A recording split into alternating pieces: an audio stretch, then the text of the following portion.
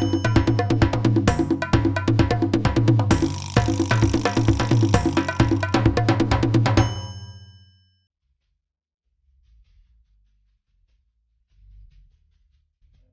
à tous, je suis Edita Nefertiti et bienvenue sur The African Narrative Podcast, le podcast où l'Afrique se raconte par les Africains, pour les Africains et les Afrodescendants.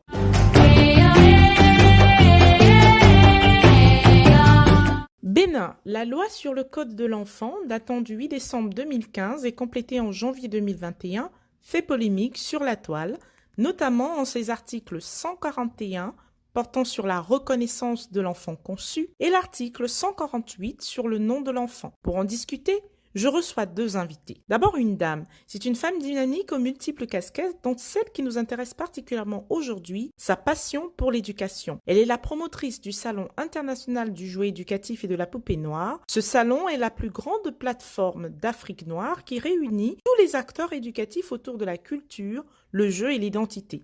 Mais ce projet n'est que la face immergée d'un travail de longue date qui démarre en France après des études de management et une carrière dans la mode. Elle revoit ses priorités et crée en 2010 le premier centre éducatif panafricain où elle apprend aux jeunes l'histoire de l'Afrique et sa culture. Elle décide en 2012 de retourner dans cette Afrique qu'il a vu naître et dépose ses valises d'abord à Dakar, au Sénégal, où elle met sur pied des écoles spécialisées avec son projet Ma Famille Créatrice, ensuite à Cotonou, au Bénin, où elle vit actuellement. Elle, c'est Madame Etouma Aïssi. Nous ne pouvions avoir cette discussion sans faire appel à l'éclairage d'un Da, un titre traditionnel très respecté au Bénin et qui est donné au chef de famille. Entendez la grande famille.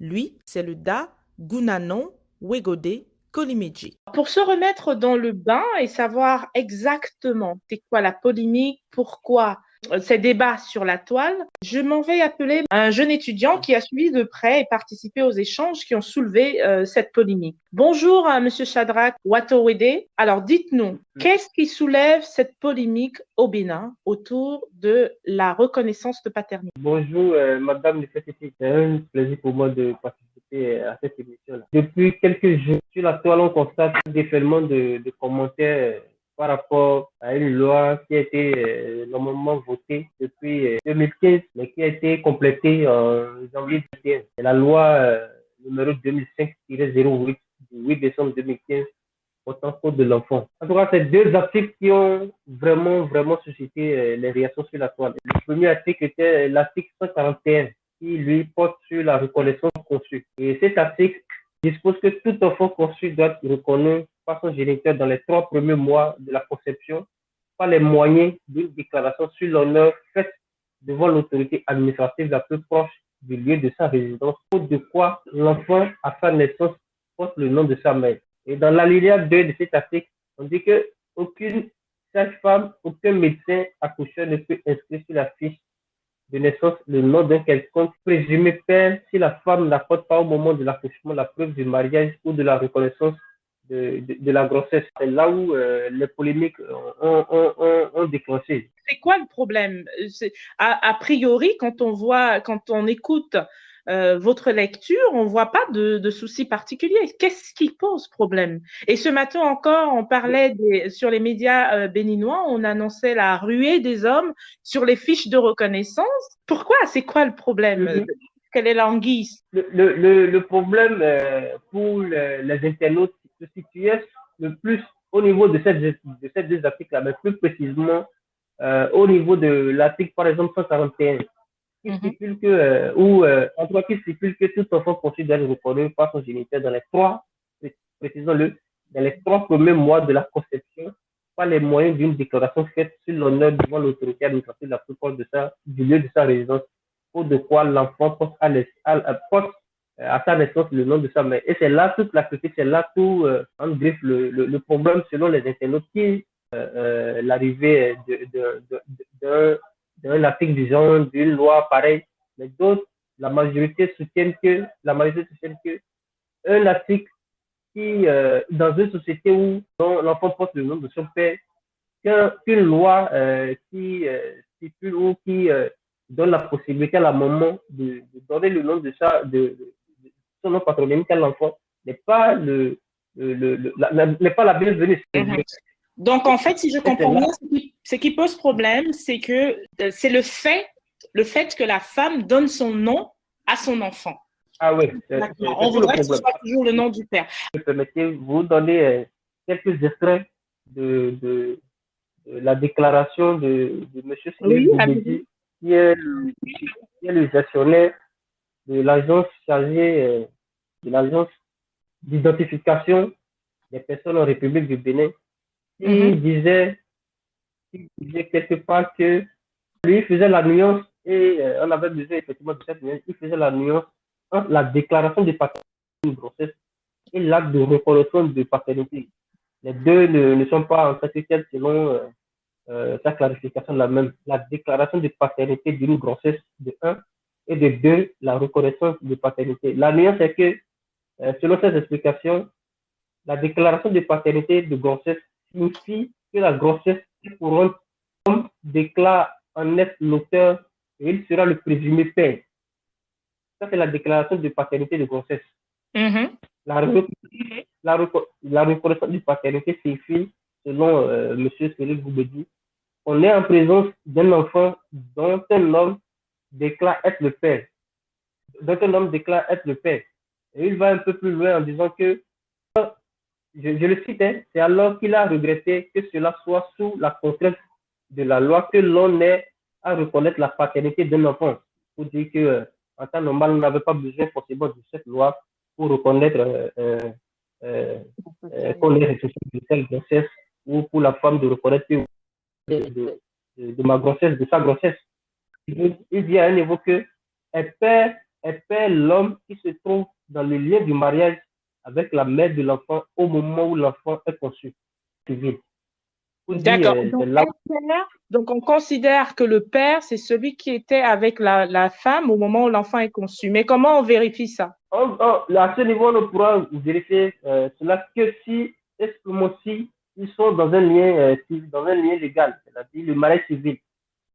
S'ils se sont mariés devant l'officier d'état civil, c'est que automatiquement on reconnaît l'enfant issu ou la grossesse. Enfin, la reconnaissance de paternité ne va plus se poser, ne va plus poser un souci en fait que tel du fait qu'il y a déjà un mariage civil, il y a un homme qui a été reconnu par l'officier d'état civil comme le mari de femme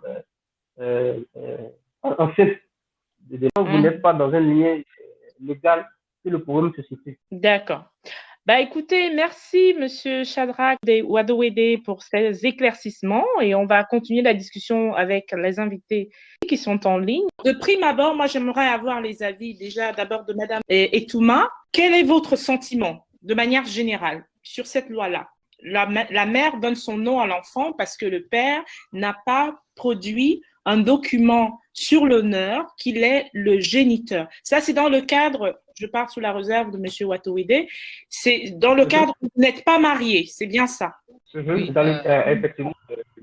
Du concubinage, le mariage. en dehors du mariage. OK. Alors, Madame Etouma, quel est votre sentiment de prime abord sur ce débat-là, cette polémique du nom à attribuer à l'enfant? Oui, bonsoir, bonsoir à tout le monde, bonsoir et bienvenue Oda, bonsoir Sharak, bonsoir Nefertiti. Donc moi, en tout cas, naturellement, cette polémique m'a bien fait sourire des fois parce que j'ai reçu des petites lettres où des personnes écrivaient après un rapport, faisaient une décharge à leur madame, comme quoi si jamais tu es enceinte, je me présente en tant que le futur papa. En tout cas, j'ai beaucoup souri depuis le début des débats, en tout cas, concernant cette loi. En tout cas, j'ai beaucoup souri. Mais cependant, moi, en tout cas, je me positionne. Je viens d'un pays, du moins, je suis venue de la diaspora. Je suis actuellement au Bénin et dans la diaspora, donc comment ça se passe? Ce sont des lois qui existent. Par exemple, en France, une fois qu'on est enceinte, le papa peut reconnaître l'enfant à la mairie ou encore il a le choix de ne pas le reconnaître. Mais naturellement, s'il veut que l'enfant naisse dans des bonnes conditions, pouvant porter son nom ou bien avec la reconnaissance qu'il est bien le père, donc on fait la reconnaissance à la déclaration à la mairie.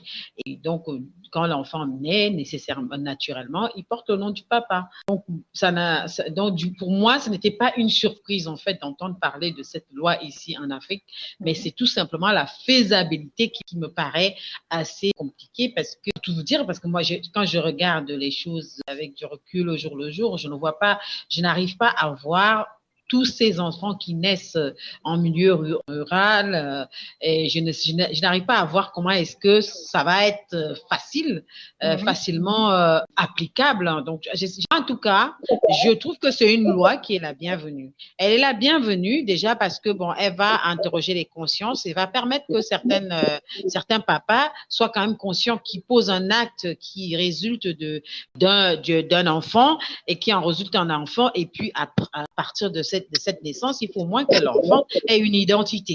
Une fois que l'enfant a une identité, je pense que c'est quelque chose qui responsabilise quelque part l'homme qui pose l'acte. C'est très intéressant. Mais donc, comment est-ce que c'est applicable ici en Afrique, notamment au Bénin, en milieu reculé? Et même pas en milieu reculé. Moi, par exemple, j'avais un employé dans mon atelier, un tailleur, qui s'est amouraché avec une petite qui était en bas dans un salon de coiffure, et dans une chambre de passe, en est résulté un enfant, et ce garçon a fui, mais je ne sais pas, je n'arrive pas à voir comment est-ce que ça va être possible de pouvoir poursuivre ce genre de personnes. Justement, parlons de faisabilité. Nous avons la chance d'avoir avec nous Nda Gunanon Wekode, Nda Kolimedje, qui est un chef de famille et donc qui certainement a souvent l'habitude de gérer certains problèmes, donc celui-là. Alors, dans un pays comme le Bénin, qui est un pays qui est connu comme un pays de tradition et très fier et très ancré dans ces traditions-là, il y a des naissances qui ne sont même pas enregistrées. Alors, comment vous voyez les choses, vous, Nda Kolimedje, comment vous voyez les choses avec votre regard de Da, votre regard de chef de famille? Je tiens d'abord à remercier l'initiative et également tous les participants. Vous savez, le début de toute chose est difficile. Sinon, a priori, je trouve que c'est une très belle loi, une loi qui est très intéressante, et il faut la vulgariser pour permettre aux uns aux autres de savoir la conduite à tenir. Parce que il y a des abus de part et d'autre. Parce que un homme peut avoir fait et n'est pas prêt à assumer, refuse de l'assumer. Comme la femme aussi peut le faire à plusieurs hommes dans la même période féconde, et finalement ne saura même pas qui est le vrai géniteur du fœtus qu'elle porte. Donc tout ceci, moi je crois que la loi c'est son début, il faudrait faire en sorte qu'elle puisse être connue, parce que le début va être difficile, parce que ce n'est pas dans les habitudes. Mais il faudrait tout faire que cette loi puisse désormais prendre corps et que cela rentre dans les habitudes des uns et des autres. Comme ça, l'homme qui va vers une femme sait que si elle tombe enceinte, j'en assumerai l'entière responsabilité. Parce que la culture de l'Occident est alors pourtant pas la même. Il y a des paramètres très importants qu'il ne faut pas occulter. Parce que une femme en Occident a un comportement qui est tout à fait différent de celui de la femme qui est ici, les hommes aussi. Du coup, moi je crois que la loi, elle est bienvenue. Comment faire maintenant pour que cette loi soit sue par les uns et des autres et qu'elle rentre dans sa phase active pour permettre désormais à chacun, soit homme grand âge, si je m'en tiens à cela, ou homme tout court et la femme, de comprendre que face à un si heureux moment de leur vie, il faudrait que chacun assume ses responsabilités. Oui, pardon, je me permets de vous couper. Qu'est-ce que vous dites alors à ceux les détracteurs, ceux qui se révoltent de cette loi-là, qui disent voilà, c'est une loi qui va entraîner un déséquilibre dans la société, qui va susciter de l'inceste, par exemple, si l'enfant, quand il est grand, va épouser peut-être sa sœur parce qu'ils portent pas le même nom. En fait, leur problème, c'est que un enfant ne peut pas porter le nom de sa mère. Que répondez-vous donc à ceux qui ne pensent pas exactement que ce soit une loi positive? Moi, je la trouve bien positive. La loi, je la trouve assez positive parce que cette loi vient pour réparer un tort qui se faisait depuis la nuit des temps. C'est-à-dire qu'un monsieur qui met une femme enceinte ne reconnaît pas et on laisse l'enfant sous le bras de la femme. Ou la femme qui va vers un homme et après ne retrouve pas le père de cet enfant. Alors, moi, je crois que cette loi, elle est très, très bienvenue. Elle ne doit même pas entraîner l'inceste parce que c'est des cas fréquents, même pas seulement au Bénin, Vous savez, à notre côté au Ghana, c'est le matriarcat. Hein. Ce n'est pas du tout l'homme qui prend le devant, qui devient le père géniteur ou pas, mais sur l'enfant hérite de sa mère. Elle ne pourrait pas amener, ils ont dit oui, au Ghana c'est comme ça. Donc, moi je pense que cette loi, elle est très bienvenue. Et le travail à faire autour de cette loi serait de tout mettre en œuvre pour qu'elle soit bien vulgarisée et qu'on fasse une bonne sensibilisation autour. Parce qu'il faut voir depuis quand existait le Dahomey jusqu'à ce qu'on soit le Bénin et que c'est en 2015, il y a à peine 6 ans, qu'une telle loi est en train de faire gros et puis ce n'est pas encore très bien propagé. La preuve, c'est maintenant qu'on en parle si intensément. Elle ne peut pas comporter tous les côtés négatifs dont on parle, l'inceste, non. Parce que si un homme va avec une femme tombe enceinte, s'il a la certitude que c'est son enfant, puis c'est la femme toujours qui dit qui est le vrai père de l'enfant au fait. C'est la femme et elle seule qui dit qui est le vrai père de l'enfant. Savez-vous qu'il y a des moments où des femmes peuvent dire l'enfant est de tel et après le lendemain dit non c'est de tel autre, ou même elle est mariée avec l'homme et s'en va coucher avec un autre homme et l'homme pensant toujours que c'est son enfant, mais c'est elle qui défie à un moment donné, mais non c'est pas ton enfant tel autre, hein. On est ensemble mais je l'ai fait avec telle autre personne et c'est bien après que l'homme cocu s'en rend compte. Donc aujourd'hui, il est clair que dans notre société, et c'est ça justement sur quoi je dois aussi attirer l'attention, si une femme, si elle se permet de se comporter ainsi dans notre société, et que dans notre tradition, parce que ça fait partie des tabous, des interdits, je le dis surtout, si tu te comportes comme ça, c'est que tu vas ramasser, disons, des pots cassés, si tu arrivais à mettre la vie de ton enfant en danger, lui donner un autre père alors que le vrai père n'est pas celui que tu connais bien, parce que la maman connaît toujours le vrai père. Donc dans notre société, ça régule un problème sérieux et moi je pense que c'est une loi qui est très bienvenue et qu'il faut encourager en fait. Alors, une loi très bienvenue qui va sembler équilibrer les responsabilités. Madame Itouna, vous parliez de la faisabilité. Est-ce que il peut pas avoir une éducation, par exemple dans votre centre éducatif, vous travaillez avec les parents et les enfants, moins certainement que vous recevez aussi des jeunes filles et des femmes, des mères célibataires ou des jeunes filles en âge de procréer. Est-ce que ce type de centre ne serait pas un endroit aussi de vulgarisation des bien fondés d'une telle loi? En tout cas, c'est même là l'essence de notre travail. Notre travail consiste déjà à beaucoup parler aux mamans. Voyez-vous, dans le centre éducatif, on reçoit beaucoup de mamans qui souffrent de différents maux, de beaucoup de blessures. Et ces blessures-là sont des blessures, comme l'a cité Loda tout à l'heure, ce sont des blessures qui sont parfois des blessures d'enfance, des blessures dues à l'éducation, justement au manque d'éducation. Parce que très souvent, on pense qu'en Afrique, nous avons une éducation intéressante, parce que quand on est en Europe, à chaque fois quand on parle à nos enfants qui sont nés là-bas, on leur brandit oui, si tu étais en Afrique, tu serais mieux éduqué.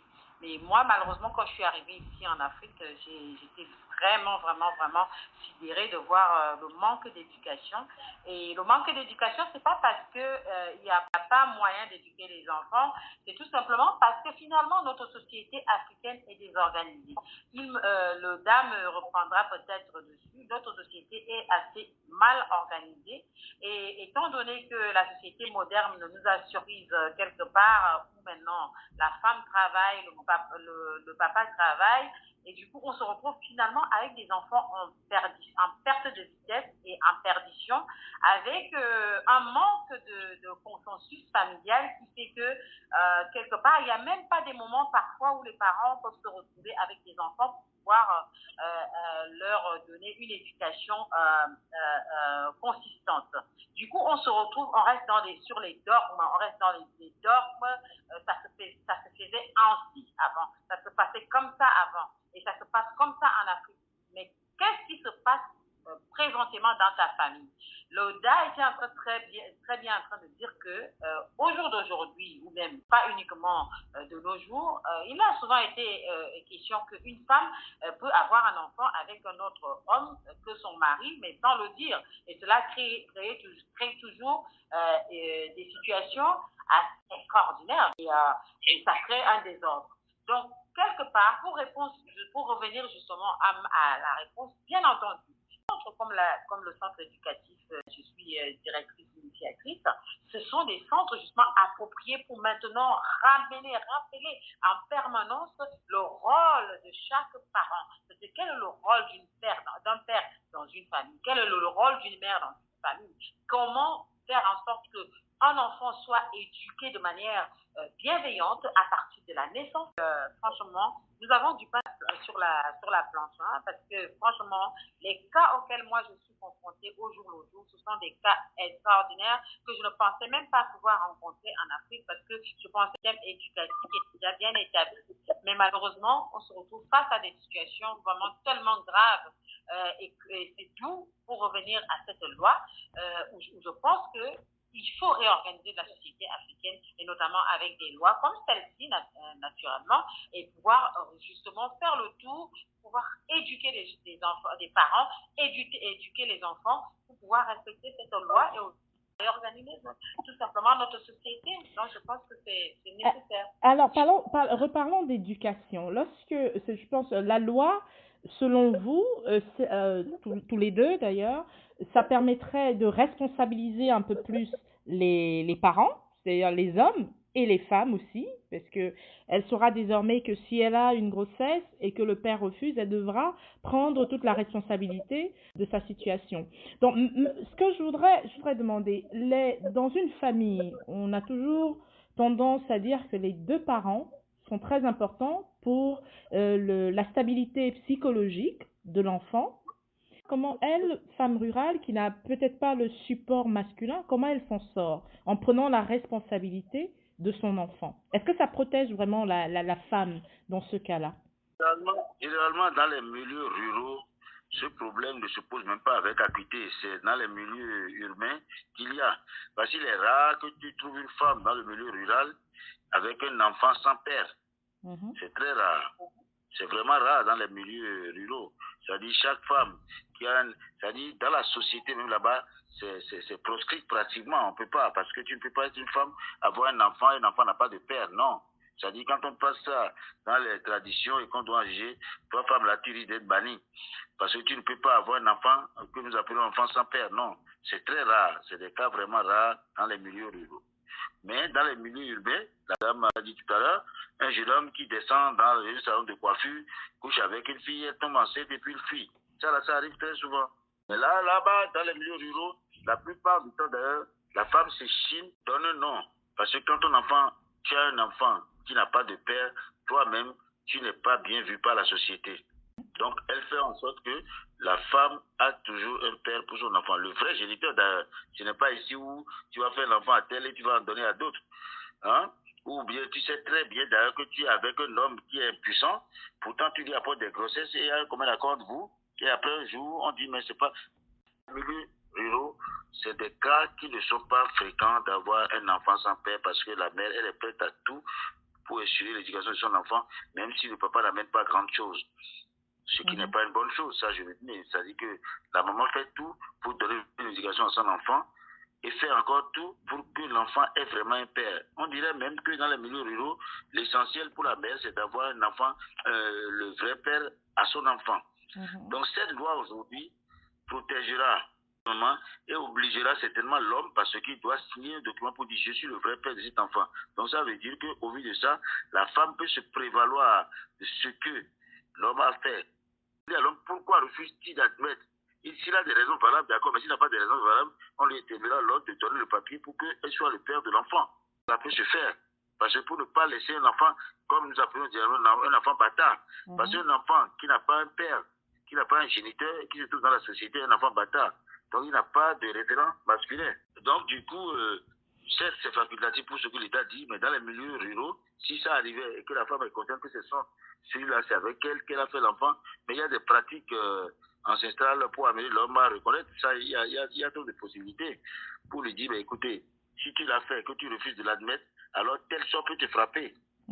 Et il finira pas dire, ah ben non, écoutez, moi vraiment, excusez-moi, je voulais ça, et il finira pas l'admettre. Je dis, ni l'un, ni l'autre ne peut mentir. Et la femme ou l'homme ne peut mentir dans les milieux ruraux. Ce n'est pas possible. Parce qu'il y a des possibilités de les amener à faire entendre raison à l'un et à l'autre. Alors, moi, j'ai une autre question qui me turlupine vraiment. C'est-à-dire, pourquoi cette volonté absolue qui revient toujours, que ce soit dans l'environnement, on va dire, occidental ou africain, c'est humain. Pourquoi cette volonté systématique de donner d'abord que l'enfant est un enfant, un homme ou une femme, parce qu'il porte le nom de son père, alors que l'enfant appartient aux deux parents? C'est-à-dire, pourquoi ça pose d'ailleurs un problème à la base? Si l'enfant naît de deux parents et qu'un des parents se désiste, automatiquement, l'enfant devrait appartenir, entre guillemets, aux parents qui prend la charge. On a vu beaucoup de femmes, de mères célibataires, dont les enfants portaient les noms des pères, mais dont les pères ne prenaient pas soin. Je ne sais pas comment vous analysez cet état des choses, Madame Metouma. Une femme, pourquoi le nom doit systématiquement être d'abord celui du père, et dans le cas échéant où il n'y a pas de père qui se présente, c'est le nom de la mère? La collectivité, c'est d'abord par le nom du père. C'est même le nom du père. C'est-à-dire c'est le père qui donne le nom à la collectivité. Est-ce faisable qu'une femme dont on connaît le mari ou qu'on connaît dise, voilà, mon fils va porter mon nom, qu'on appelle nom de jeune fille, et être complètement faire partie de la famille sans problème? En fait, si on en arrive à ça, il faut faire très attention. Parce que au niveau de la cellule familiale, on ne peut pas porter le nom de la mère. Parce que tu vois, une mère a plusieurs époux. D'enfants à plusieurs hommes. Et puis un enfant fait à 2 ou à 3, et tous les enfants vont porter son nom. Alors, les enfants, on les prendra pour quelle origine? Si on les prend pour l'origine de la famille de la maman, et ces enfants n'auront pas leur place dans sa famille. Parce que elle est issue d'un père. Et voyez-vous, sur les actes de naissance, ce que l'on écrit, on dit les deux et deux, avant d'avoir le nom de la femme. Moi, j'ai bien souhaité proposer à un moment donné que les deux parents apparaissent sur l'acte, c'est-à-dire pour donner le nom à l'enfant, il ne faudrait pas seulement se limiter au nom du père. Je prends le père est X et la mère est Y et l'enfant est Z. Donc on met X, Y et Z. Comme ça, on a le nom du père, le nom de la mère et le nom de l'enfant. Parce que il y a des Canadiens, c'est parce que l'enfant est Canadien. Il y a des Américains parce que l'enfant est Américain. Il y a des Irlandais, ainsi de suite. On peut en le nom du père. Que une femme seule ne peut pas avoir d'enfant si la preuve, nous le savons très bien aujourd'hui. Quand tu prends l'exemple des gays ou il ne peut pas avoir d'enfant parce qu'il n'y a pas d'accouplement. Si une femme aujourd'hui veut être porteuse, elle est obligée d'aller chercher le chromosome d'un homme pour pouvoir avoir de l'enfant. Donc, moi, je proposerais que l'on ait deux noms. C'est-à-dire, au lieu d'avoir que le nom de l'homme, il faut avoir et à la fois le nom de l'homme et le nom de la femme. Mais quand tu maintiens tout le nom de la femme, à un moment donné, l'enfant perdra d'origine et il serait difficile de retrouver son origine. C'est-à-dire que mon père est béninois, ma mère est togolaise et ma maman donne son nom. Ça veut dire que j'irai chercher mes sources au Togo. Mais à un moment donné, même là-bas, dans la société togolaise, on te dira, mais non, ici c'est ta mère, c'est pas ton père. Tu n'auras pas les accès comme...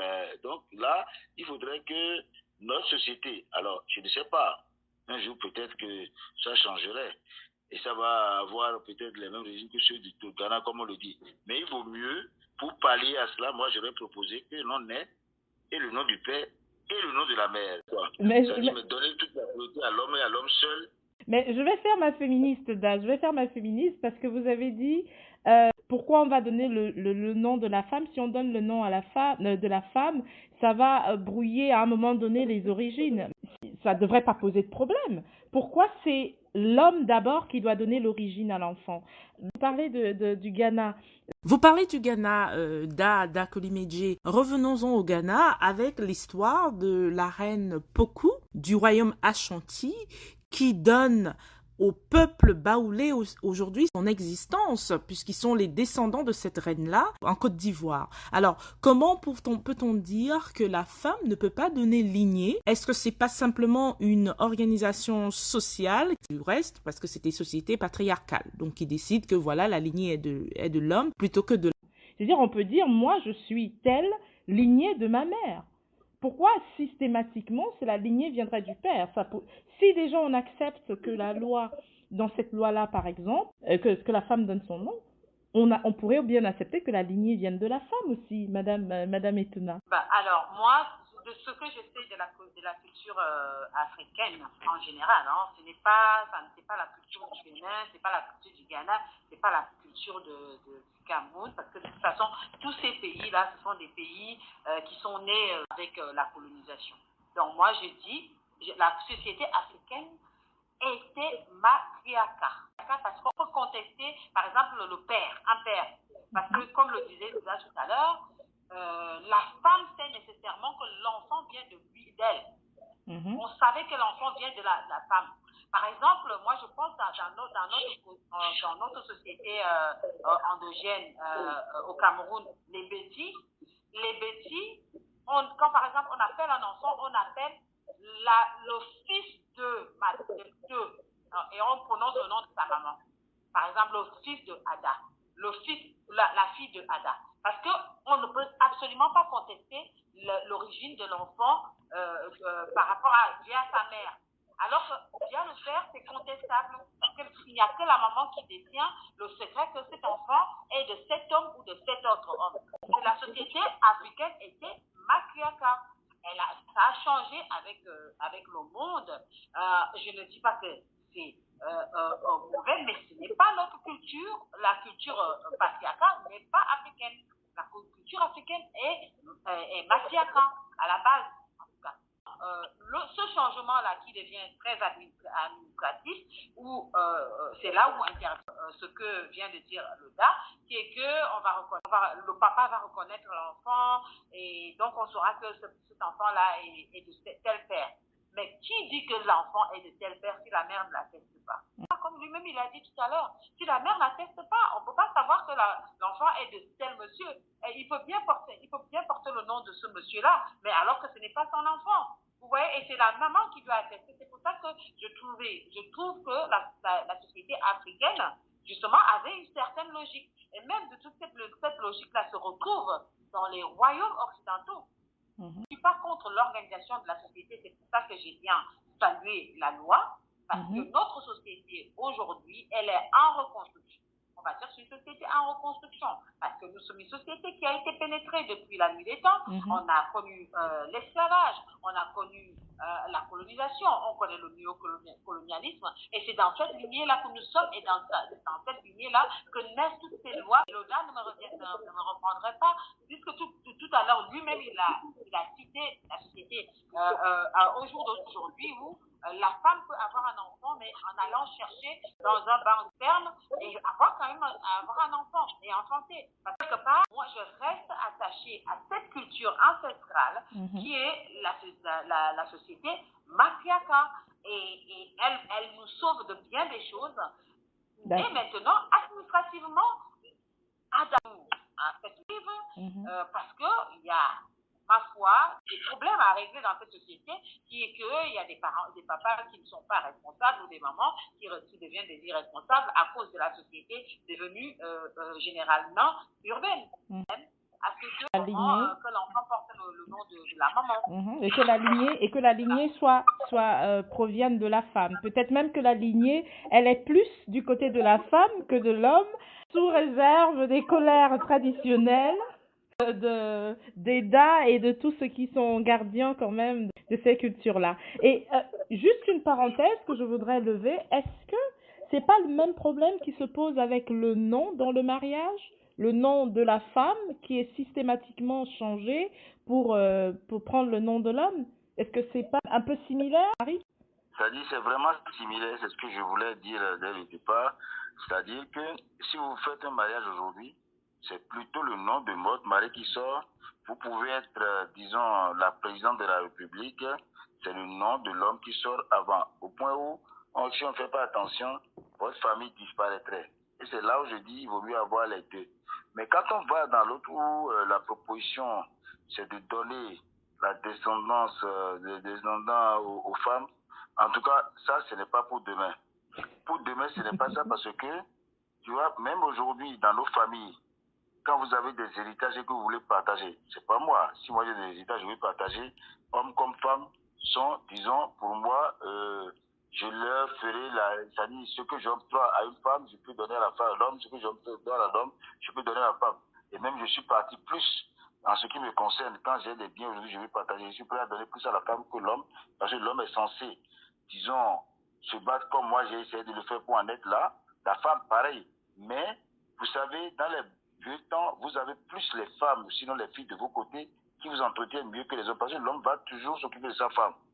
Mais une femme, même quand elle a un époux, elle pense plus à ses parents et veut que son père soit heureux, veut que sa mère soit heureuse et veut s'en occuper d'abord avant d'aller vers son époux. Ce qui fait que quand tu entretiens les hommes, et que je vais raconter un truc qui va vous plus choquer.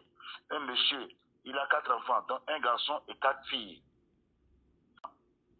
Un nana qui veut offrir à sa famille, aux enfants là, il coupe ça en deux, donne la moitié au garçon et coupe l'autre moitié en 4 parties qu'il donne aux filles. Mais le jour où j'étais tombé dans cette scène, j'ai dit, mais qu'est-ce que tu veux dire? Mais oui, c'est le seul garçon que j'ai.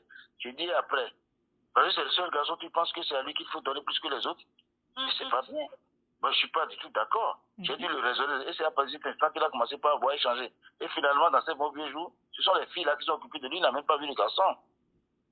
Tu vois? Donc, nous devons faire très attention. Par contre, dans notre société, jusqu'à preuve du contraire, ce qui est adopté, et qui est plus général, même si tu vas en Norvège, Danemark, Finlande, c'est des pays que je connais assez bien, c'est le nom de l'homme, même au Canada, que je connais aussi assez bien, c'est l'homme d'abord, c'est son nom que l'on donne, nom du père, nom de la mère. Nous avons l'avantage de... Donc vous êtes d'accord que c'est une culture exogène, c'est-à-dire que la culture patriarcale, elle est exogène, ce n'est pas africain. Ah non, nous aussi nous l'avons adopté parce que cette, disons, depuis le temps de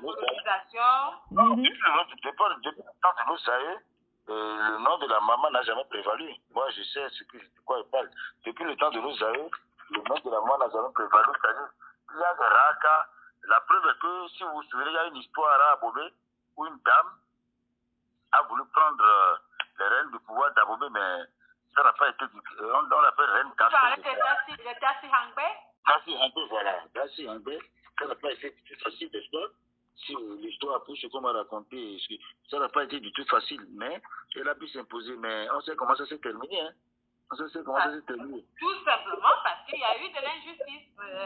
On sait comment ça s'est terminé. C'est pour dire que notre société, moi aujourd'hui, si on me demandait mon avis sur la question, moi je suis pour le principe que l'on est les deux. C'est-à-dire que l'homme et la femme ont tous le même droit sur l'enfant. C'est-à-dire, le donner seulement à l'homme, ce n'est pas juste. Mais dire que c'est la femme seule qui va le prendre aussi, à la fin, ça va poser problème.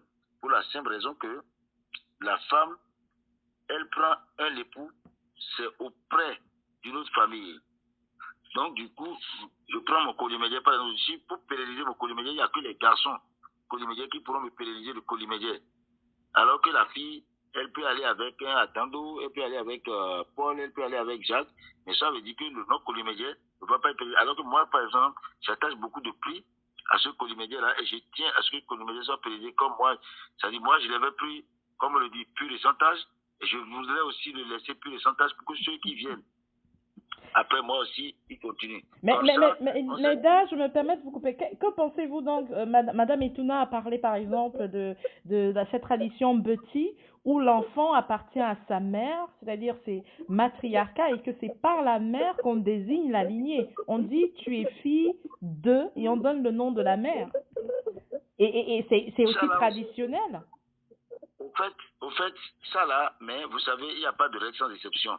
C'est des cas, si vous les prenez, sont tellement rares par rapport à ce qui se passe dans la société, que ce soit dans le monde rural ou dans la société moderne. C'est très rare. C'est-à-dire que ces cas, il y en avait eu. Maintenant, on donne le cas de Reine Elisabeth en Angleterre. Mais est-ce à dire qu'en Angleterre, toutes les mamans, quand elles ont des époux, elles portent le nom de leurs époux, ou les enfants ne portent plus le nom du père n'est plus sur les actes de naissance? En fait, je pense que je ne me suis pas fait comprendre. Voilà. Là où je m'explique. La société africaine est matriarcale tout simplement pour permettre cette vérification qui est l'origine exacte de l'enfant. C'est-à-dire que on peut contester la paternité d'un enfant, mais on ne peut en aucun cas contester la maternité d'un enfant. Non, là, on est entièrement d'accord. Là, on est entièrement d'accord parce qu'aujourd'hui, si nous prenons même le cas de Jésus-Christ que nous vénérons tous, on sait quel est l'enfant de Marie. Voilà. Et on sait quel est l'enfant de Marie, ça là, on a la certitude. Maintenant, sur le plan spirituel, on sait que Marie l'a conçu sans avoir connu un homme. Là, c'est surtout. Alors, donc, ça veut dire que je suis pour le principe que on est certain que l'enfant est issu d'une mère. Ça là, c'est la certitude totale. On n'a même pas discuté. C'est pour ça qu'on dit que la société africaine est matriarcale. Mais oui, mais... La maman, c'est-à-dire qu'en fait, moi je pense que la société en elle-même, en général, est devenue patriarcale. Mais par essence, elle est matriarcale parce qu'on peut affirmer que l'enfant vient de telle femme, mais on ne peut pas affirmer que l'enfant vient de tel homme si la femme ne l'affirme pas. Donc, maintenant, tout ce qui est administratif, c'est pour ça que je ne vais pas trop dans ça parce que c'est devenu administratif, mais par essence, et puis ça a un sens aussi. La société devrait être matriarcale. C'est pas pour autant que la femme domine sur l'homme, ou comme vous avez dit tout à l'heure, par rapport à l'héritage et tout, parce que en fait, j'ai trouvé que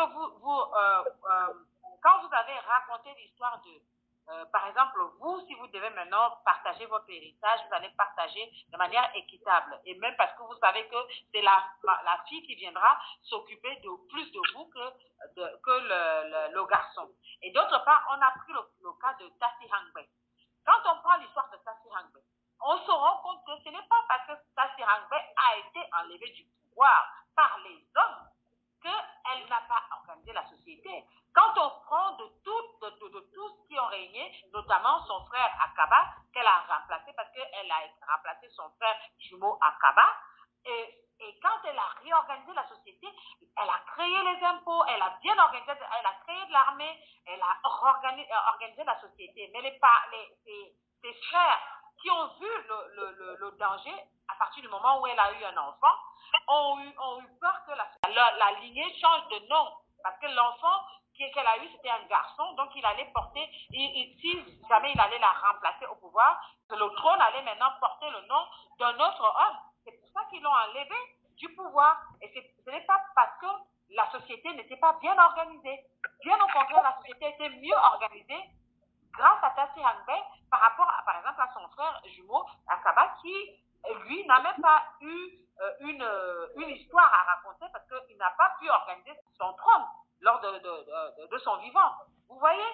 Donc, c'est juste, moi, en tout cas, je reste dans le cadre logique de la chose et je ne conteste pas non plus les lois parce que je pense que la société est en train de changer et elle change, on s'adapte. On s'adapte, mais ce n'est pas pour autant qu'il faut oublier les vraies choses. Les vraies choses, c'est qu'un enfant, n'importe quel enfant, vient d'une femme. N'importe quel homme vient d'une femme. Et donc, c'est incontestable. Nous avons la certitude que l'enfant vient nécessairement d'une femme, ça là c'est sûr, puisqu'elle a porté l'enfant en son sein pendant des mois et elle accouche, donc on sait qu'elle est la maman. Ça là, c'est incontestable. Mais c'est elle seule qui peut dire que le géniteur, le père de l'enfant est tel. Et notre société est ainsi formée jusqu'à preuve du contraire. Moi, je crois que ça fait que les noms, et d'ailleurs, les enfants, nous avons là, quand vous vous mariez aujourd'hui, vous ne portez plus votre nom de jeune fille. Vous portez d'office Madame Tant. Bon, il est vrai, aujourd'hui, la société change tellement qu'on est allé jusqu'à me dire que les contrats de mariage, c'est ce que j'apprends il n'y a pas si longtemps au Canada. On peut se marier pour 2 ans, on peut se marier pour 1 an, on peut se marier pour 3 ans, soit renouvelable, ou après ça, on met terme et puis on continue son chemin. Vous voyez, donc la société change. Et il y a tellement de choses qui suivent des voies. Sinon, aujourd'hui, comment on en vient? Moi, je n'ai jamais été pour que 2 hommes se marient ou que 2 femmes se mettent ensemble et qui vont jusqu'à même adopter des enfants. Alors qu'ils ne peuvent pas en produire même, tu vois. Ils ne peuvent pas en produire même, ils vont jusqu'à en adopter. Qu'est-ce qui va se passer? Moi, je crois que avoir un père, parce que nous savons, pour nous croyants, religieux catholiques, on sait que le père est le père et la mère est la mère. Et le père, dans une famille, est le chef de famille et la mère à son titre. Donc, quand on vient pour partager les responsabilités dans la famille, le père a au moins 51% et la maman en a 49%.